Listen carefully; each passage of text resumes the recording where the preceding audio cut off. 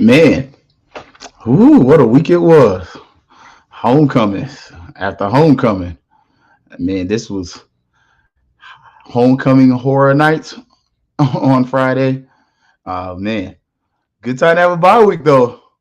Man, because otherwise, such could have been you.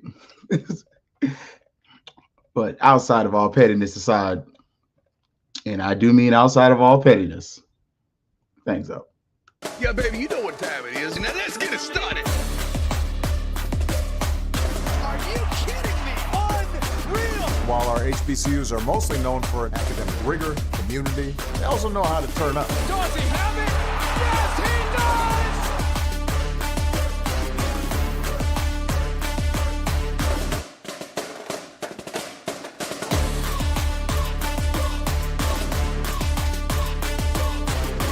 And that might be the knockout punch.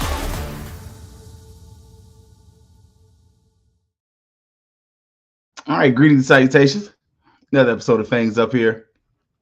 And boy, it's a good time to be a Rattler, isn't it? Because, man, if you want to get your yucks in on whoever team you want to pick on, this the week. Man, we're going to talk about some of those outcomes. But first, I'm going to take care of home a little bit. HBCU Digital, this is home to Herschel and the Black Techies. Also, home to the Fangs Up podcast. So, y'all know we already getting ready. We enjoyed the day off, so that's why you got no instant reaction because there was no game. So, kind of is what it is on that one, baby. But look, FAMU bowling. We're gonna talk about them briefly. FAMU golf, volleyball coming. They're ruining some stuff. Also, FAMU football. We're gonna mention them. Talk about a recruit that we recently we slid an offer to. So we got to get back on that and realize I've brother been slacking on that. So we got to keep y'all up to date on these recruits who FAMU been recruiting because this is a huge week. And I'm gonna point out something that I've noticed in the recruiting strategy. So before we delve into really who all we're recruiting, I'm gonna go back and mention something that I paid attention to. You may not have noticed, but you probably did. But first, FAMU bowling, the Colonial Lanes Classic. FAMU got 14th place. So, you know, it kind of is what it is with that. New coach, her first game as a head coach, I think, ever. So, you know, kind of take that in consideration with this coach. She's another one of those with the I'm looking for the right word here. The new influx of youth, I guess, that you want to say. Because if you look at most of the newer coaches that we brought in, they're either somewhat young or they just lack experience. And that's one of the things that it can be a point of frustration, but it's also something that is proven to be a trend under our current AD. We're trying out new coaches, and we're going to hopefully see this improve as the season goes on. Again, coach played at Jackson State, and it's bowling. It's a non-revenue producing sport. You know, your biggest fans that are concerned are the people like me that are like darn near fanatical about our love for FAMU. I'm just saying. So kind of is what it is. But 14th place. If you do want to watch the video, though, it is on YouTube. It's long, though. I ain't gonna lie to you. Like, y'all know how I do. I try to tell you the truth. It's like 20 some hours worth of bowling. So I did share the links on the Fangs Up podcast Twitter page. So if you're interested, go check that out, man. Now, FAMU golf, look, we're gonna get them a little time today. I got time today. It was a bye week, so look, we need a little filler. And look at FAMU golf being a ram in the bush, because bringing home some hardware. That's not my words. That's their words. They said that. They did that. So look, if you just want to see it, go check them out, man. Look, I was too happy to go up there and see that, you know, drop that up there, a little bit of championship action. Let me go on and let y'all just peruse at this, you know, like, just say it, you know, since we already celebrating and we in a celebratory rude mood today. Let's just go ahead and make it known. Look, I see trophies. I don't know about you. Let me make it big just for those in the back. So this is shared. And look, that trophy is almost as big as Coach. Look at that. Look at that. Okay. Look, the Rattlers did good bringing home some trophies. This is on FAMU's Twitter page. And look, team and individual trophies. Just saying, it's lonely at the top. Oh man, it is good to be Flash. Those of y'all that know the five heartbeats, you get the reference. But FAMU does win. It won at 10 under, which if you play golf or if you ever tried to play golf, man, oof, that's easily said to be like an easy score until you play the game. And then you like, how do you hit par? This game's hard. So, but FAMU finished in first place. Alabama State, our closest rivals in the SWAC, they finished right behind us. And the player leaderboard, look, FAMU finished first, second, third, and fifth. We tied for third and fifth, and we got 14th. But again, look, we won. And Patrick Jean Pierre, look, okay, first place. Marcus Taylor, second place. Patrick M, you know what's up. First, second, and third for FAMU Golf. And that's a good day. I'm just saying, like, it's very easy to kind of overlook these kind of weekends and say, hey, ain't no football, ain't nothing to talk about. Okay, I hear you. But at the same point, y'all know Fangs up. We're here for all the FAMU athletics. We're not just here for football. I'm biased. I ain't gonna lie to y'all. I'm biased when it comes to football. But we're here for all the sports. And, we got to give these kids a recognition, man. This is what makes kids want to come to your program. They want to be where they can win championships, but also where they can get a little recognition. And in this case, we're giving them some recognition. Now, boy, I tell you, it's easy for me to jump into football.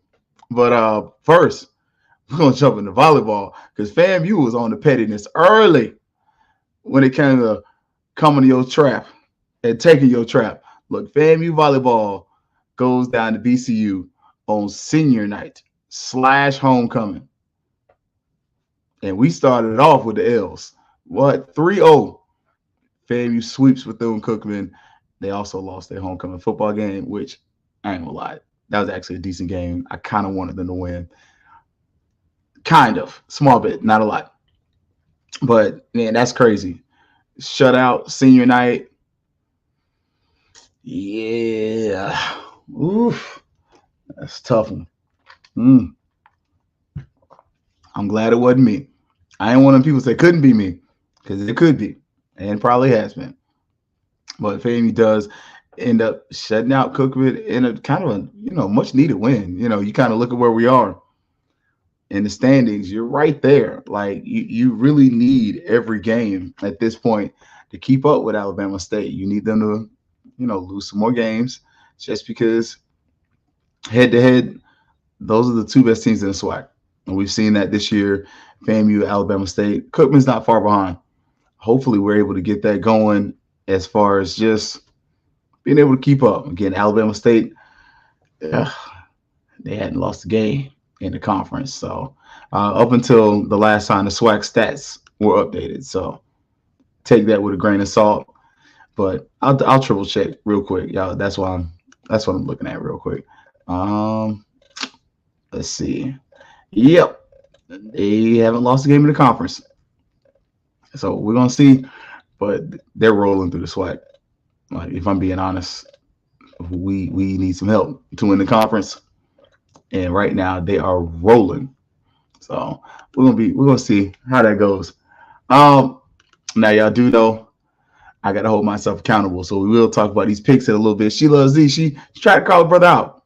I'm still in first place, so one bad weekend does not constitute a bad season. Anyways, man, I call this homecoming havoc, man. Multiple HBCUs lost on homecoming. Like, And look, some of y'all messed up my picks. So before we even go into the homecoming havoc, I'm just going on and let y'all see what they did to me. Because man, my picks was looking straight. It was my fault though. I ain't gonna lie to you. Some of y'all might not be able to see. That's cool if you can, because I don't need you to see all that red. But since I don't run from my L's, I own them. Look, okay. South Carolina State.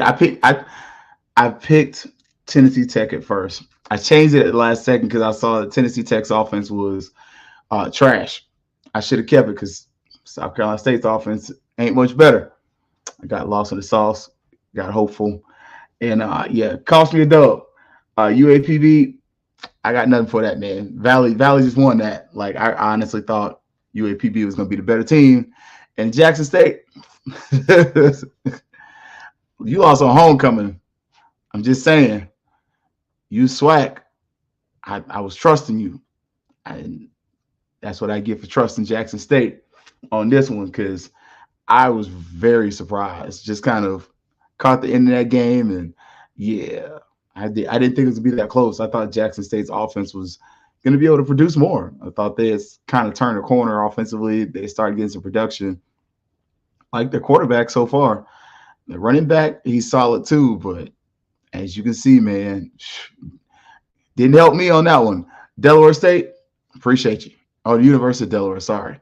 Yeah, because I don't trust A&T. I told you about that. That offense, I've seen that. I ain't. And then Southern, absolutely, twice on Sundays. So we went, unfortunately, 2-3. Our first losing week so far. But yeah, baby, you know, we still here. We still here. But gosh darn it, I hate losing, man. I really hate losing. So this week we'll release the picks on Thursday. Kind of tell y'all who we got, but you know, y'all already know what I'm doing. Cause I'm petty. Question is, who's number one? Still your man's. Like just because we had a bad weekend, don't mean that we not in first and folks talking trash is in seventh. I ain't talking about your sports acumen either. I ain't say that. Not in public. But just wanted to remind y'all, I'm still number one. I'm coming back to kick some tail this week. Well, I'm just letting you know. Keep it a bean. So yeah, buddy. We took some L's on that one, but it's cool. It's cool. You know, again, considering how long the season is, first week where we lost more than one game, I'll take it. And one of them's an upset. You ain't supposed to lose your homecoming. Anyways, not with the trashy talk. Like, I ain't gonna do all that, but I'm just gonna say, with the amount of trash you talk, that's the reason you get the vitriol you do. Now, if you didn't notice, look, FAMU, look, Willie Simmons gave them boys a little extra time, canceled practice a little early. And I did see, you know, you saw some of the socials, some of the boys kind of went home. And that's a good thing. I mean, you hope they kind of got to enjoy it. They have a flight to Houston coming up, and then you got homecoming right after. So, yeah, it's going to be a long weekend for them. Now, recruiting-wise, one of the things I'm going to point out, notice, during this bye week, the Rattlers were traveling everywhere. You saw Willie Simmons go to Atlanta, saw our offensive coordinator here in Central Florida and in Orange and Polk County at some games as well. Coach Riz was gone. Like, you saw the entire coaching staff that, well, I won't say entire, but the majority of the coaching staff, and probably the entire coaching staff, was letting you know they were out there recruiting. One of the things FAMU's really done and ramped up is their regional recruiting, but also whenever we go to your city, we recruit your kids.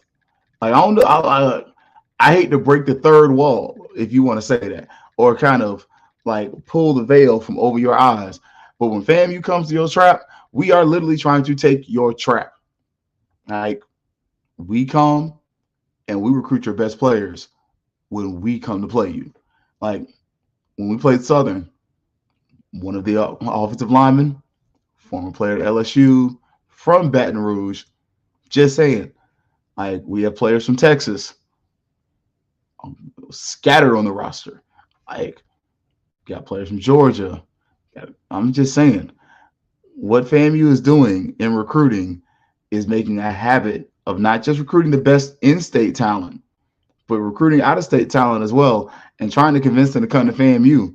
Now I'm gonna give y'all one today, but uh, look, he's a doozy. Like already, right here, Jaden Wade lists himself as an eighth grader quarterback, but he's an IMG. So you already know what's up. And okay, for those that are like, well, it's IMG, you'll never get those kids. That's cool.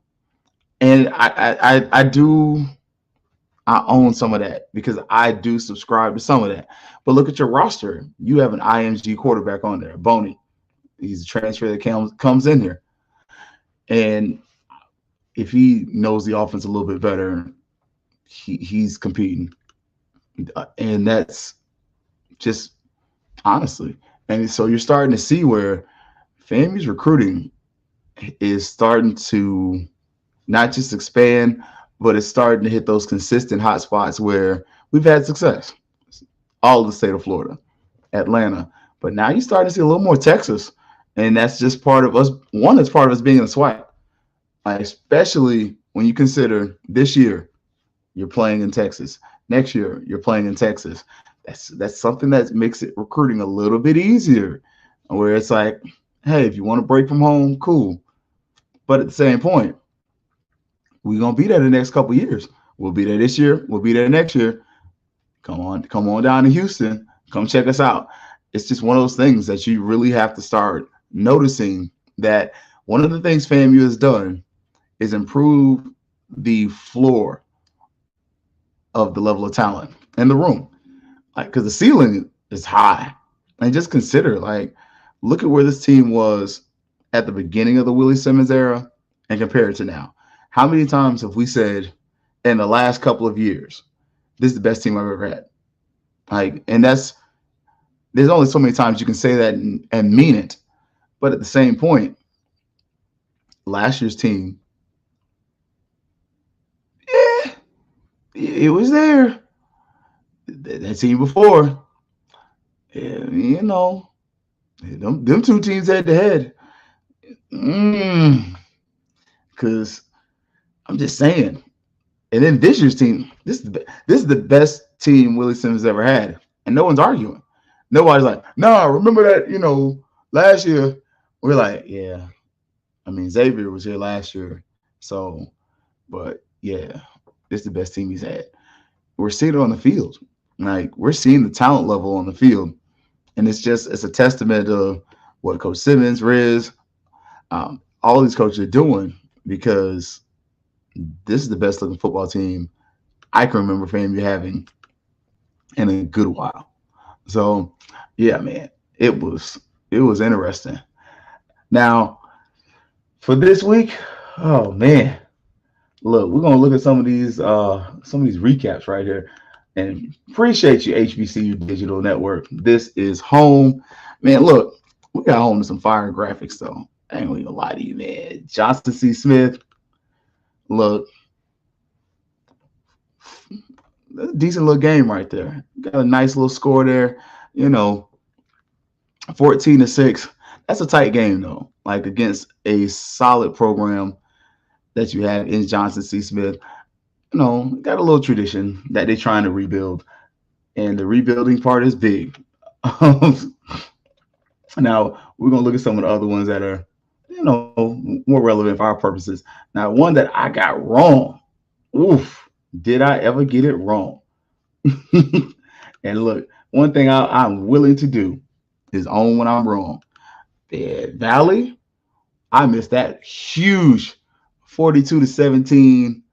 Valley got that one big. And look, if you want the latest in the graphics, go check out HBCU Digital on Instagram, Facebook, or X, formerly known as Twitter. Like, I missed that one. I missed that one, and it wasn't funny. Like, but then, man, our Rattler got stung. The Mighty Quinn got. It is what it is. But definitely something that you want to see a little less of. We don't want our Rattlers losing, but Albany State's having a pretty good season. Like, considering this is his first year there, it's a good thing to be able to see. Now I will say, can't be losing your homecoming like this.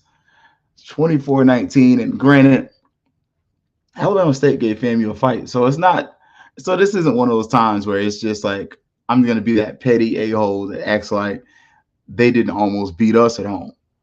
But what I will do is own the fact that, look, I know me personally. I ain't even talking that kind of trash to say that things were gonna be the same, even when we had a coaching change.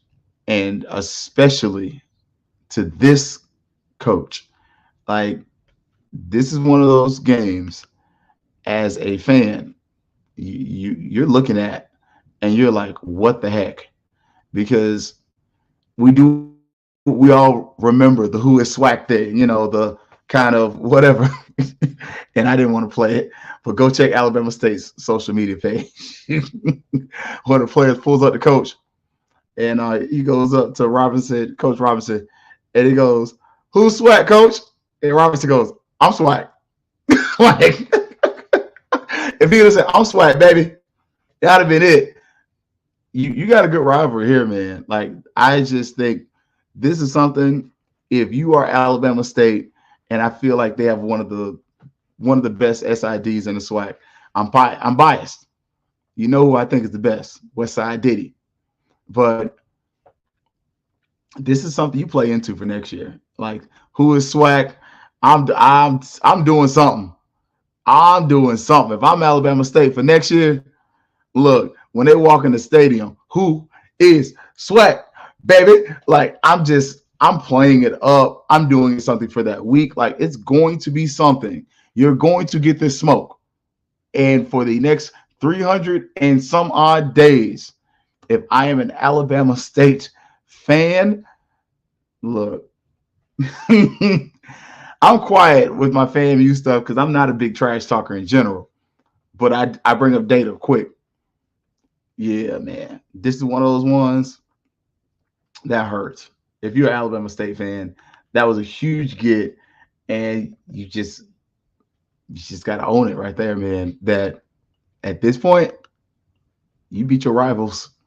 And at this point, I think they're rivals. Because they get a little nasty between them two. And for obvious reasons. Now, this one, I ain't gonna lie. I was going against my nature and voting and going for Cookman because it was their homecoming. I didn't want them to lose their homecoming, but I also wanted to see what Texas Southern had to offer. I think we got to see a little bit of something. Man, the quarterback's kind of streaky though. Look, FAMU DBs, 2 to me and 2 to you. Like, this dude is not always accurate. Just saying. But we actually saw a little something from Cookman. Like, Cookman's got a little bit of what for. Yeah, they lose their homecoming, but at the same point, it's a first-year head coach. And granted, I think they lost everything this weekend. Like, I don't think Cookman won any sports during homecoming, respectfully. But at the same point, you got to kind of go up there and understand and, give them a little credit. Hey, you fought hard at a game that you were really kind of supposed to get blown out of on paper. Well, asterisk, and your body's not there right now. So that game was going to be tight. Like, just be honest. Now, look, I don't even remember if I picked this one or not, but I would have lost if I did because I did not have Alabama A&M winning this game. Like, quiet as kept. Keep an eye on them. Like, 42-24. Granted, Gramblin's defense is suspect, highly suspect. But at the same point, Alabama A&M, look at their points per game. They're no slouches offensively. Like, you start kind of looking around and noticing they're putting up more points than you think. And that was one of the things I noticed. I know the 100's going to be there. Look, supposedly. I'm kind of glad they will because, man, that venue can get a little quiet, church mouse style. Now, Tennessee State, okay, I see y'all. Y'all got that one. Like, now this is my favorite one for the weekend. If you have not seen the highlights, look, the boys from Jacksonville, Duval. Look, yeah, Elwood Waters coming in with a 41-38 victory on the Hail Mary. And then go back and watch if you see Jay Walker, and I think he posted it on the ESPN page that they share. He was in the end zone with the Hail Mary. That was awesome. Like quietly, quiet as it's kept, Edward Waters is a sleeping giant. Like just location wise, proximity to talent, ability to be able to get players from both Florida and Georgia, and your ability to actually bring in kids from Central and South Florida too. Look, SIAC, y'all better watch out. Like this is a program and the investing in the facilities they've made. I'm telling you, Edward Waters is one of those schools that don't be surprised. They keep their stuff together. You're talking about continuously raising Cain in that conference. Like I'm gonna put it up there. I'm gonna put it out there because that's one of the teams I did not see that happening with. They kind of caught me by surprise. And yeah, like, and now look, HBCU Digital. Look, I told y'all, man. Look, this is home for a reason. So you can see right here, they gave you the graphic. You can look and see top games across the nation. Clark, Atlanta. I'm just saying, baby. Like, it's a home for a reason. Like HBCU Digital Network. And look, straight off the social media page, baby. Look, I ain't do nothing special today. I was like, I ain't even want to ask for all of that. I'm just going to be regular degular today. But now, with all that being said, let's kind of look at some of the standings for some of these conferences. We got the CIAA. And within the CIAA, like it's about to get hot up in there, man. Like, y'all may want to keep an eye. So right there, you can already see. So Virginia State at the top on their side, Fayetteville State on the other. Looks like we might have a little collision course. And look, I ain't gonna lie, Bluefield's at the bottom, but they're new. But the shock, man, considering how Bowie went down, man. My uncle used to say it, man, they went down like good gas went up. Like, that's crazy to see that Bowie's like kind of falling off like that so fast, man. Like, to me, that's the shock. Like, that's the part where it's like, really? That really happened to them? Like, man, I thought they were going to run it for a little bit longer. So kind of seeing that change in the parity in the conference, it's good for the conference, though. Now, the SIAC, look, man, Benedict, I'm telling y'all, Benedict, Fort Valley State, that whole side is crazy competitive. Like, I'm just saying. But with this, I ain't gonna lie. I'm going to ask this question out loud. If you're South Carolina State, can you not see this? Like, granted, Benedict has really great facilities considering what they are and what they have done in a short amount of time. But you cannot ignore in your own state that this brother's doing this. Like 5-0, 7-0. The team looks well coached. The team looks organized. Man, that is really of conviction. Like, and I'm not crazy on the religious conviction stuff. I'm not about all that. But what I'm saying is, looking at what Benedict is and what they have been, this program is screaming that we have something special here. And that if you're South Carolina State, you can't ignore those numbers. All right, men lie, women lie. Numbers rarely do. And in this case, if this is not the first person that you call as your next head coach, you don't want to win. I'm just going to say it like that. Like this has to be the call that has to be made. Now, if he turns you down, one thing. But if you don't make that call and you're South Carolina State, you're gonna lose the fan base. I'm just gonna say it. Like it's gonna be that. Why didn't you hire this guy? He's right here and he's in state. I don't know what Benedict's paying compared to what South Carolina State can pay, but if you can bring him into your coaching staff and into your coaching tree, because let's not blow smoke up their butts. Like let's keep it real. Like some schools talk about how they actually have these coaches who are uh, so highly regarded, and we ain't seen them since forever. Nah, South Carolina State is a direct lineage to great coaches.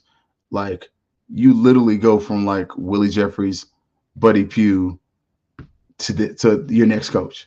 Like literally, the succession goes that quick. How can you not see that if you're South Carolina State? Like to me, I'm just gonna put it out there. Look, if I'm first guessing, I'm first guessing. But y'all know me. I'm gonna keep it a dollar with you before I start lying to you.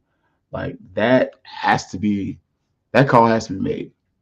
Like you can't not do that just for the sake of your program. Now mentioning South Carolina State and the MEAC as a whole, man, it's a one horse race and it's not even close.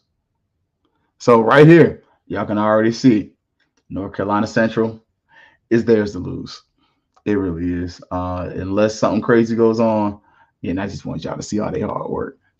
But North Carolina Central 5-1 overall, and really no conference play has started. But we all know who our favorites are. Like honestly, to me, it's a two dog race. North Carolina Central and probably Morgan, but Howard's up there for consideration. So it's going to be the weirdest of the MEAC 16 conference. Who's going to win? Probably Central. I mean, I'll say this. To me, their defense is their Achilles heel. Like that's the only place where you can kind of point to and be like, they're suspect. Otherwise, that team is that's the only team I can really consider, like even talking about. Now for the SWAC, come on now, don't do me dirty. Oh, I forgot to turn it on. Oh, I like the little animations. Here we go. Bam, there we go. All right, so you can see who's number one.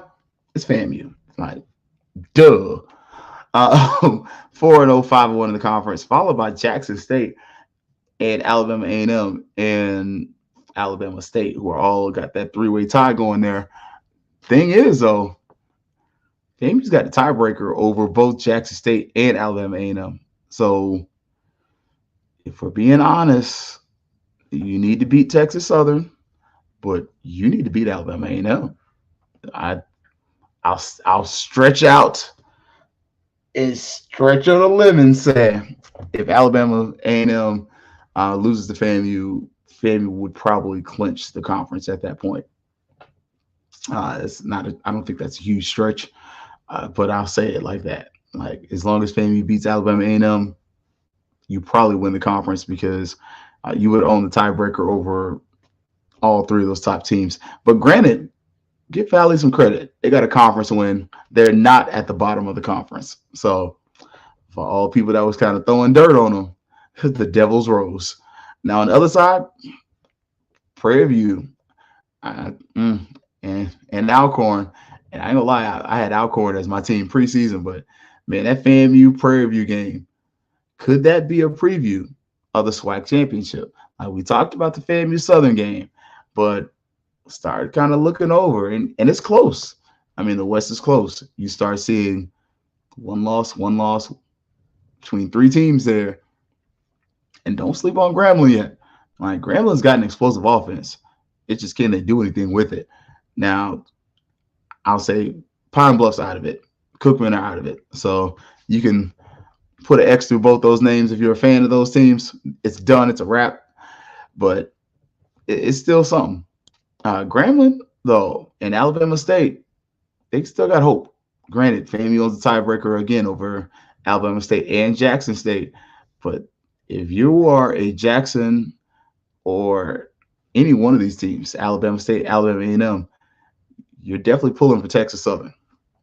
Like you need Texas Southern to pull out that game against FAMU, and you're just hoping something goes weird. Like now, if you're a FAMU fan, we just need to win. Just win, baby. That's all you need.